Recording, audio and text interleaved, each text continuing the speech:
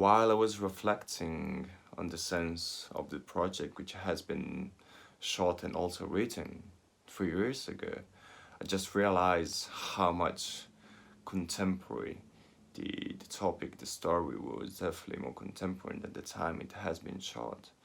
So this is actually the main reason why I decided to go back to the series, re-edit the selection, try to arrange them better together, and then to print and publish the body of work.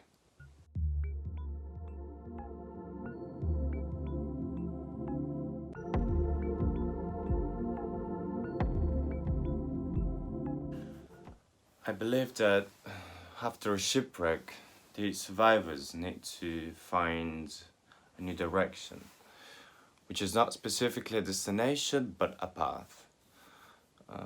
Well, you definitely gotta work harder than before to stay afloat, but then at the same time, try to take the chance to rebuild something new, to invest and believe more in your passions and talents and today as well. The photographic series I'm presenting right now, it is called Lonely Boys, and is a sort of anticipation of current times, which is interesting and harsh at the same time. It has been shot in 2017 while I was living in the southwest of England during that time, and actually pandemic was just a remote, forgotten word. And the storyline is developed as a sort of fictional narration. So there are these 6 boys which represent these 6 survivors that after a shipwreck they found themselves on a desert island, and they strive to find a way to stay alive. The selection of shots is a mix of portraits of these 6 survivors and landscapes of the places where they landed.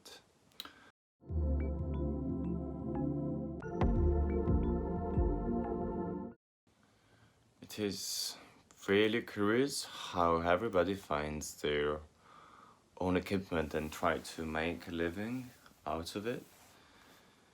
The equipment can be a tool, can be a musical instrument, can be a machine, or even a skill or a competence. And it's funny how as soon as you find these sort of baggage, which is this tool, you start to bring these along with you along all of your life. And I'm really fascinated by the relation between human beings and these objects and how much we feel close.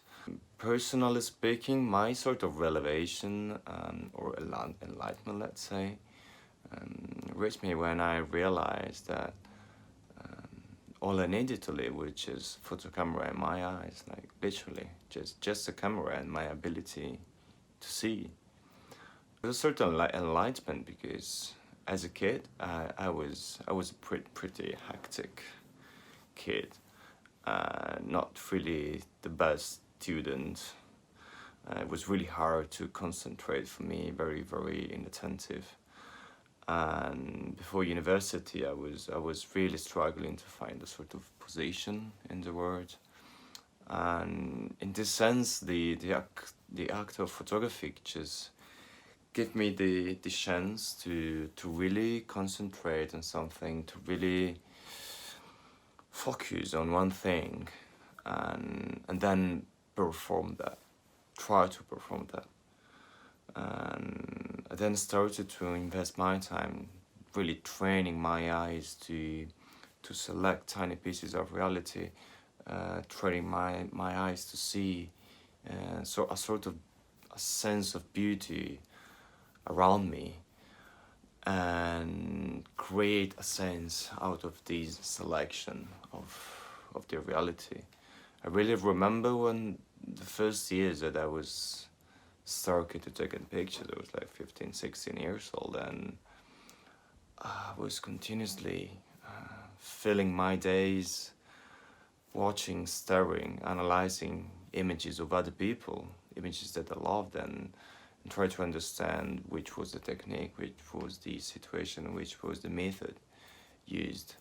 And I really think that during those years I create my own view of reality and also my own taste, and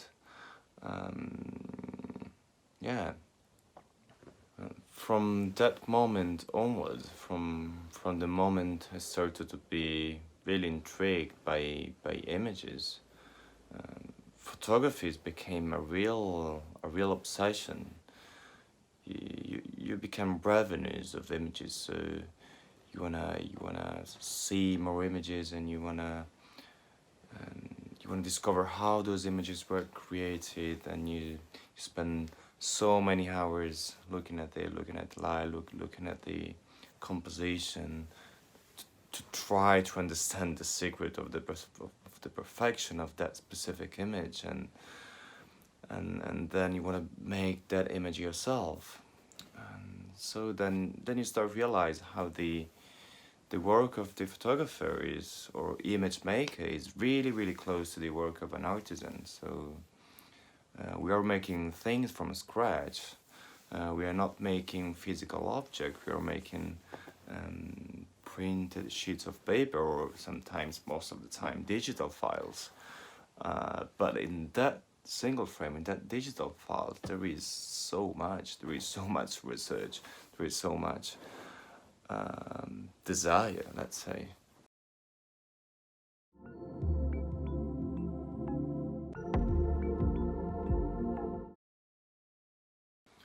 Well, the publishing practice, it might have sounded anachronistic 10, 15 years ago, when everyone was saying the print is dead, but that was just a false alarm, I guess. Digital technology entered as a new player into the publishing system, replacing several uses of the paper, which is true, such as documents, contracts, newspaper, but then opening infinitive possibilities to new form of communications, which is extremely exciting, I guess. Nowadays, there are many ways to spread around images and visual culture around.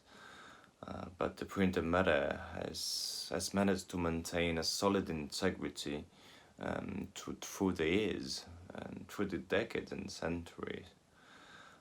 Firstly, because books are solid objects that resist the test of time.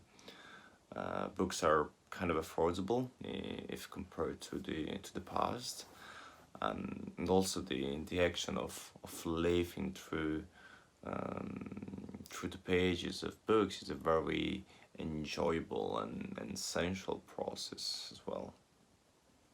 Another aspect to consider is the unlimited struggle between print and digital, which was very common during the previous years, but now this conversation is almost gone, is almost disappeared. So right now there are less and less conversation, such as which is the best, print or digital. There is not a fight anymore. Rather, there are new research and methodologies and challenges. I think that the real goal right now is how to use these two mediums together in the most efficient way, how to merge them together, how to make the most out of the integrity of the book and the fluidity of the digital landscape. The thing is, photography projects are not only printed books anymore. So a printed book might exist as on paper on one side, and then transferred online as a series of images with sound, as a videos. For instance, the Dutch photographer Rob Honstra, a documentarist photographer, has a website which is really interesting and exciting. It's not just a library of his work, but it's a sort of virtual experience. It's a mix of documents and sounds and videos and images, really working together as a whole.